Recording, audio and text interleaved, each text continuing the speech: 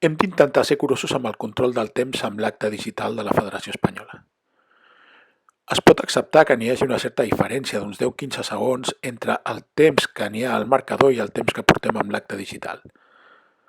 La condició és que el temps que resti a l'acte digital mai pot ser més petit que el que resti de partit.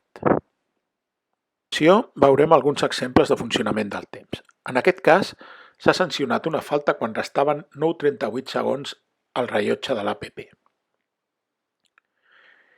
El temps amb el que s'enregistra la falta és el que resta en el moment que l'anotem. Si una vegada anotada la falta modifiquem el temps de joc i, per exemple, indiquem que restaven 9 minuts amb 34 segons, tot i que el temps surti modificat, la falta quedarà enregistrada al temps inicial. Si entrem a l'editor de jugades, veurem com totes les anotacions de la falta estan enregistrades al 9,38. A continuació veurem un exemple de modificació del temps restant en una jugada amb events dependents. En aquest cas es sanciona una falta personal quan restaven 9,46 de 2 tirs lliures amb els 2 tirs lliures encistellats. Quan entrem a l'editor de jugades per modificar el temps de joc,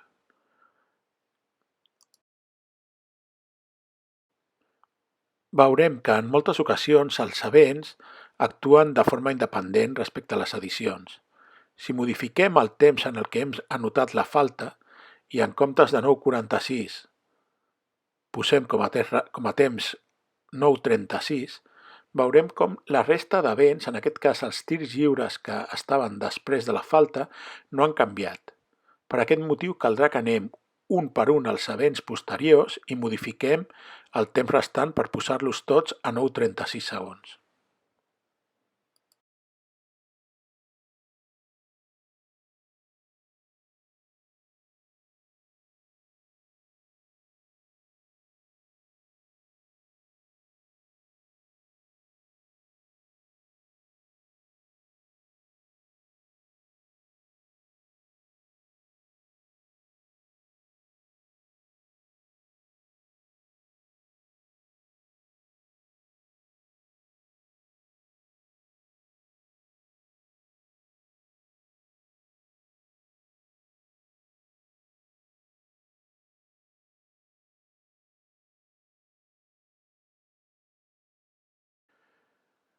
Després de finalitzar les edicions dels events, quan tornem a la pista de joc veurem que el rellotge no s'ha modificat.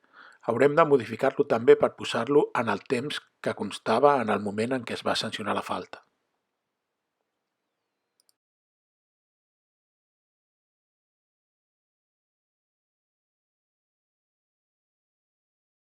Finalment, veurem un altre exemple de modificació del temps de joc. En aquest cas, quan resten 9,25 es sanciona una falta personal a un jugador. Es produeixen substitucions i el temps de joc en el moment en què es fan les substitucions, el temps de joc restant era 9,30.